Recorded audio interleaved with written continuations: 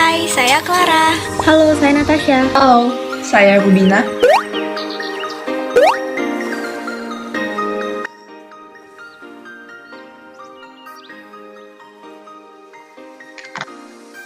Baiklah, yang pertama saya akan membacakan terkait tentang sinopsis dari cerpen Keburukan Menumbuhkan Kesadaran.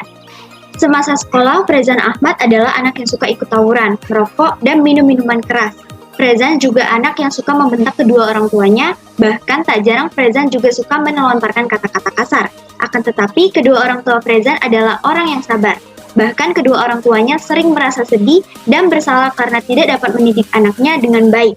Hingga pada suatu hari, Frezan minta dibelikan motor oleh ayahnya. Namun, apalah daya, ayahnya Frezan hanya seorang buruh honorer yang penghasilannya hanya cukup untuk makan sehari-hari. Sedangkan ibunya adalah seorang penjahit. Demi mendapatkan sepeda motor yang dia inginkan, Frezan nekat untuk melakukan pesugihan di Bukit Ngarai. Mendengar hal tersebut, kedua orang tua Frezan sangat marah sekaligus kecewa dan sedih. Ayah Frezan berusaha untuk mencegah hal tersebut agar tidak benar-benar terjadi. Dengan sepeda bututnya, ayah Frezan pergi untuk menyusul Frezan yang berada di rumah temannya sebelum dia pergi ke Bukit Ngarai. Tetapi, tiba-tiba ada truk yang berlawanan arah melaju kencang dan tergelincir, sehingga berbelok menuju ayah Frezan. Hal tersebut mengakibatkan ayah Frezan meninggal dunia. Semenjak kejadian itu, Frezan menjadi berubah drastis. Dia tidak tawuran lagi, tidak merokok, dan tidak minum minuman keras. Sekarang, Frezan menjadi anak yang patuh kepada ibunya dan taat beribadah. Oke, selanjutnya adalah untuk sinopsis cerpen Gangsal. Dewa merupakan salah satu anak dari Pak Mangun dan Ibu Sulastri, yang juga memiliki 3 saudara lain, yaitu Bimo, si kembar Satrio, dan Kinan. Dan sayangnya Dewa terlahir kurang sempurna dibandingkan dengan saudaranya yang lain. Hal ini membuat kehadiran Dewa kurang dianggap oleh Pak Mangun sebagai ayahnya Dewa. Bahkan walaupun Dewa hanya melakukan kesalahan kecil seperti lupa mengangkat baju sampai kehujanan, Pak Mangun langsung memarahi Dewa habis-habisan. Dewa yang mendapatkan perlakuan buruk dari ayahnya hanya dapat membenarkan rasa marah, kecewa, dan kesal dalam hatinya sambil mengelus dada dan memaklumi sikap ayahnya. Saudara-saudaranya yang lain juga tidak dapat berbuat banyak untuk membuat ayahnya menerima kehadiran Dewa di tengah keluarga mereka. Hanya Ibu Sulastri yang dapat meluluhkan hati Pak Mangun untuk sedikit menerima kehadiran Dewa di tengah keluarga tersebut. Setelah itu, Pak Mangun akhirnya mengalah dan mencoba untuk berusaha menerima Dewa di tengah keluarga mereka, dan suasana di tengah keluarga tersebut menjadi jauh lebih hangat. Beberapa bulan setelahnya, Ibu Sulastri akhirnya mengandung anak kelima dan berjenis kelamin laki-laki. Kabar membahagiakan ini dirasakan oleh Dewa dan saudara-saudaranya, namun tidak dirasakan oleh Pak Mangun dikarenakan mitos yang dipercayainya yaitu Pandawa 5, yang konon jika dalam satu keluarga terdapat 5 anak laki-laki, maka salah satu dari anak itu akan mati. Oleh sebab itu, ketika hari kelahiran tiba, Pak Mangun akhirnya mengambil keputusan untuk membunuh Dewa menggunakan belati di dapur, tepat sebelum bayi kelima lahir. Namun kesenangan Pak Mangun setelah membunuh anak cacat yang ia anggap sebagai beban selama ini tidak bertahan lama, dikarenakan anak yang baru lahir ternyata juga terlahir cacat, dan justru jauh lebih parah dari Dewa. Pak Mangun menyesal seketika karena telah membunuh Dewa yang keadaannya jauh lebih baik dibanding anak yang lahir ini. Dan Bu Sulastri hanya dapat mengutuk Pak Mangun karena telah membunuh Dewa anaknya. Selanjutnya saya akan membacakan sinopsis cerpen Sahabat Baruku Dulu Musuhku. Bintang adalah anak seorang tukang beca yang bersekolah di sekolah elit. Bintang dapat bersekolah di sana karena menerima beasiswa dengan syarat harus mempertahankan prestasi yang dimilikinya. Ia bercita-cita untuk mengubah kehidupan keluarganya menjadi lebih baik. Terlebih lagi, yang bekerja banting tulang untuk keluarganya sekarang hanyalah ayahnya, karena ibunya sudah meninggal sejak Bintang kecil. Sayangnya, banyak hinaan yang datang karena tingkat ekonomi Bintang yang di bawah rata-rata, dan tidak sama dengan teman-temannya di sekolah tersebut. Tapi justru itulah yang menjadi motivasi Bintang untuk lebih giat belajar dan mencapai mimpinya. Siska, salah satu teman sekolah Bintang yang merupakan anak dari seorang pengusaha kaya, selalu bersikap sombong dan merendahkan Bintang karena ia miskin. Siska merasa bahwa segala sesuatu dapat dibeli dengan uang, dan pada hari kelulusan, Bintang berhasil membanggakan ayahnya karena ia dinyatakan lulus dengan nilai tertinggi di sekolahnya. Berbeda dengan Siska, ia dinyatakan tidak lulus dan sedang menyesali semua perbuatan yang pernah ia lakukan pada Bintang. Karena Bintang adalah anak yang rendah hati dan pemaaf, Bintang memaafkan Siska dan mereka menjadi sahabat.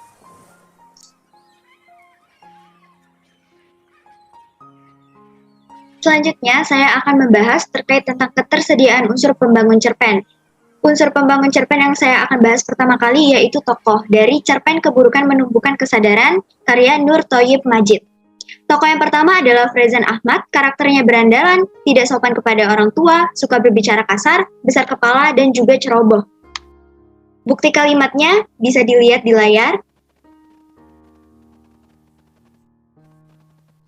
Argumen saya, tokoh Frezan Ahmad adalah tokoh antagonis. Di sini pengarang menjelaskan watak tokoh Frezan Ahmad melalui tingkah laku tokoh dan juga dialog antar tokohnya, yang terlihat dari bukti kalimat yang sudah saya paparkan sebelumnya.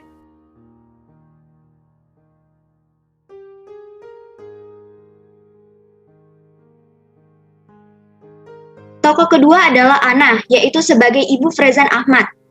Karakternya perhatian atau peduli, baik hati, berhati lembut dan juga sensitif, sabar, dan pekerja keras. Bukti kalimatnya bisa kalian lihat di layar.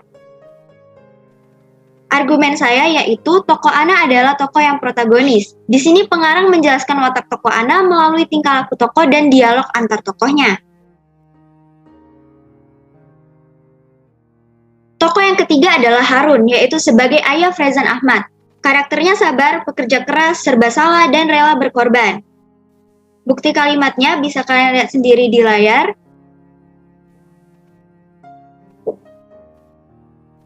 Argumen saya yaitu tokoh Harun adalah tokoh yang protagonis juga. Di sini pengarang menjelaskan watak tokoh Harun melalui tingkah laku tokoh dan juga dialog antar tokohnya, terlihat pada bukti kalimat yang sudah saya paparkan sebelumnya.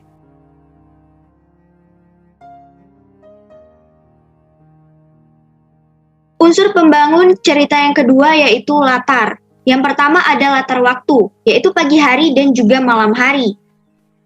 Bukti kalimatnya bisa kalian lihat sendiri di layar. Argumen saya yaitu latar waktu dijelaskan secara langsung oleh pengarang, terlihat pada bukti teks pagi harinya dan malam hari yang menjelaskan secara langsung bahwa waktu pada saat itu adalah pagi dan malam. Kedua adalah latar suasana, yaitu dingin, berduka atau sedih, kacau dan mengerikan, tercengang, kecewa, hening atau sepi. Berikut bukti kalimatnya. Argumen saya yaitu latar suasana dipaparkan secara langsung dan tidak langsung oleh pengarang.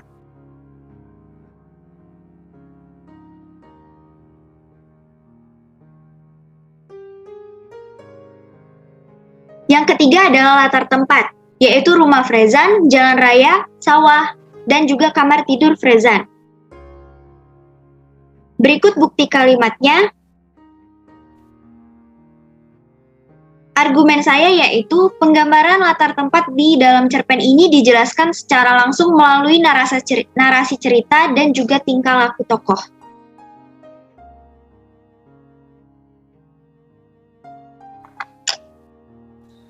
Selanjutnya, saya akan menjelaskan mengenai unsur pembangun dalam cerpen Gangsal, yaitu tokoh serta latar.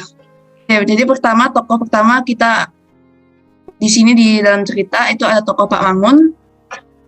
Pak Mangun memiliki watak atau sifat pemarah, garang, pilih kasih atau tidak adil, pembentak, dan kejam. Untuk bukti kalimat bisa kalian baca sendiri di sini.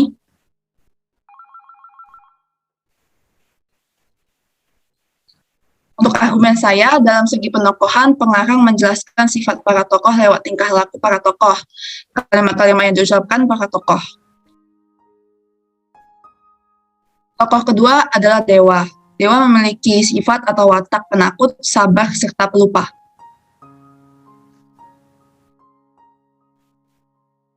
Untuk bukti kalimatnya, bisa kalian baca sendiri di sini. Argumen saya, untuk penokohan sifat tokoh Dewa digambarkan oleh penulis lewat tindakan tokoh dalam cerita. Untuk tokoh yang ketiga ada Bu Sulastri yang memiliki watak atau sifat penyayang serta pembela. Untuk bukti kalimat bisa kalian baca. Untuk argumen saya dalam cerita tokoh Bu Sulastri digambarkan sebagai tokoh yang penyayang dan pembela anaknya Dewa. Untuk buktinya kalian bisa melihat di bukti yang saya telah sertakan tadi.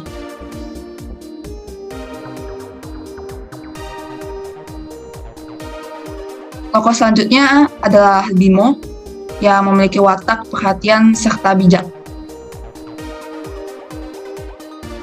Ini bukti kalimatnya. Argumen saya mengenai Bimo adalah sifat yang dimiliki oleh Bimo ditunjukkan lewat perkataan atau penuturan kata sang tokoh Bimo dalam cerita, seperti yang telah saya sertakan di slide sebelumnya. Selanjutnya ada tokoh Satrio dan Kinan, memiliki sifat atau watak perhatian.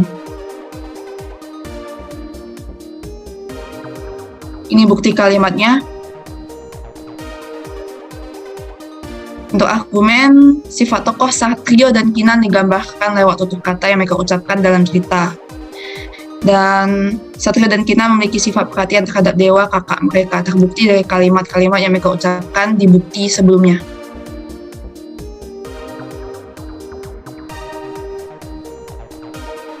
Kedua, unsur pembangun latar.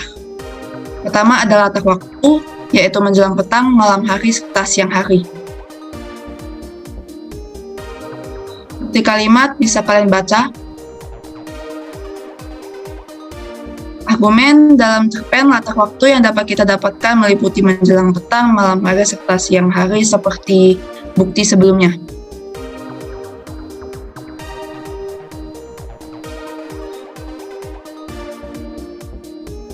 Dua adalah latar suasana, yaitu tegang, bising, iba, dingin, dan hangat.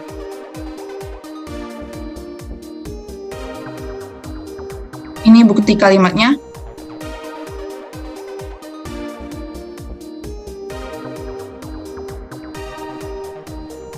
Argumen untuk latar suasana lebih banyak ditunjukkan lewat pemaparan penjelasan dari sang pengarang.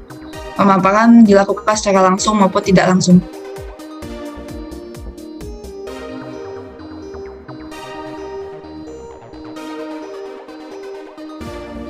Kemudian ada latar tempat, yaitu rumah, kamar Pak Mangun, ruang tamu, ruang makan, dan dapur. Ini bukti kalimatnya.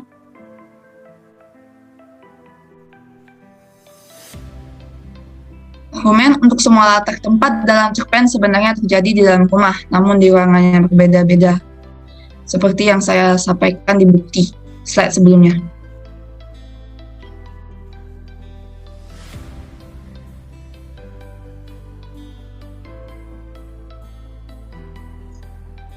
Sekarang saya akan menjelaskan ketersediaan unsur pembangun tokoh dalam cerpen Sahabat Baruku Dulu Musuhku. Tokoh pertama yaitu Bintang, wataknya tegar, sabar, pemaaf, berani, rajin, dan tekun. Untuk bukti kalimat dapat kalian lihat pada layar.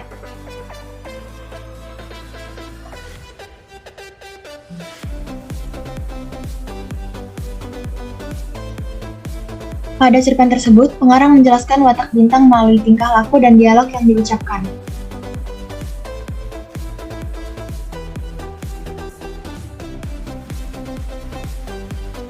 Tokoh kedua adalah Siska, wataknya sombong, belagu, centil, egois, dan serakah. Untuk bukti kalimat dapat kalian baca pada layar.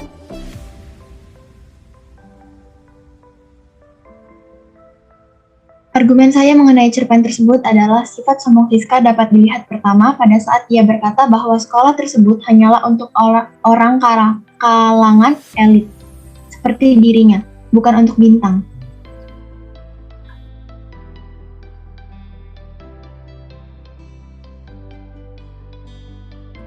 Tokoh ketiga adalah Bapak Bintang, yang wataknya sabar, pengalah, dan murah hati.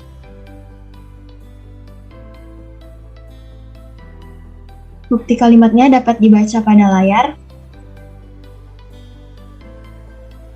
Argumen saya mengenai cerpen tersebut adalah Bapak Bintang memiliki sifat yang sabar. Diketahui dari narasi pengarang secara langsung yang menjelaskan sifat Bapak. Nah, yang kedua adalah unsur pembangun latar. Latar waktu pada cerpen tersebut adalah pagi hari dan hari ini. Bukti kalimatnya dapat kalian lihat pada layar. Dalam cerpen tersebut, latar waktunya adalah pagi hari dan hari ini. Pengarang menjelaskan melalui narasi dan dialog. Latar suasana pada cerpen tersebut adalah sedih, senang, bangga, terharu, kecewa. Bukti kalimatnya. Argumen saya pada cerpen tersebut, pada latar suasana semuanya dijelaskan secara tidak langsung dengan narasi oleh pengarang.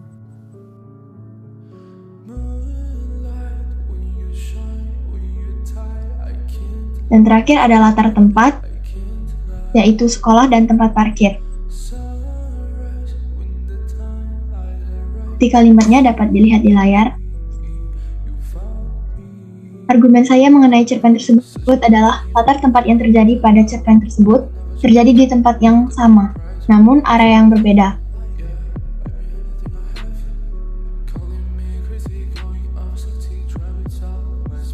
Kesimpulan dari ketiga cerpen tersebut adalah cerpen keburukan menumbuhkan kesadaran, gangsal, dan sahabat baruku dulu musuhku terdapat persamaan dalam penyampaian tokohnya, yaitu cenderung dramatik, yang artinya tokoh ditampilkan secara tidak langsung. Di sini, pengarang menampilkan tokoh melalui percakapan dan tingkah laku tokoh, reaksi tokoh lain, dan pikiran atau perasaan tokoh.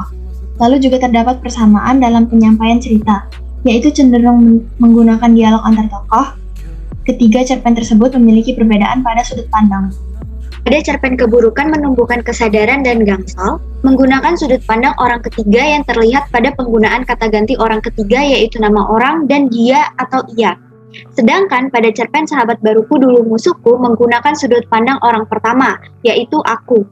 Lalu juga terdapat perbedaan pada unsur tema. Pada cerpen keburukan menumbuhkan kesadaran dan gangsal menggunakan tema kekeluargaan, sedangkan cerpen sahabat baruku dulu musuhku menggunakan tema pertemanan.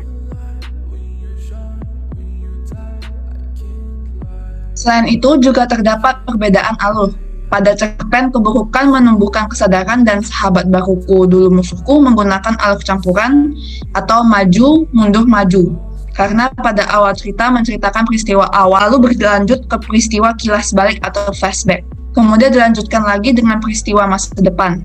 Sedangkan pada cerpen gangsal menggunakan alur maju, karena cerita disampaikan secara berkelanjutan tanpa adanya kilas balik. Berdasarkan pengamatan, kami menyimpulkan bahwa ketiga cerpen memiliki persamaan dan juga perbedaan. Untuk segi persamaan, ketiga cerpen tersebut memiliki cara penyampaian tokoh atau penokohan yang cenderung dramatik serta metode penyampaian cerita. Dan untuk segi perbedaannya dapat terlihat dari unsur sudut pandang, tema, serta alur. Terima kasih telah menyimak. Terima kasih sudah menyimak. Terima kasih sudah menyimak.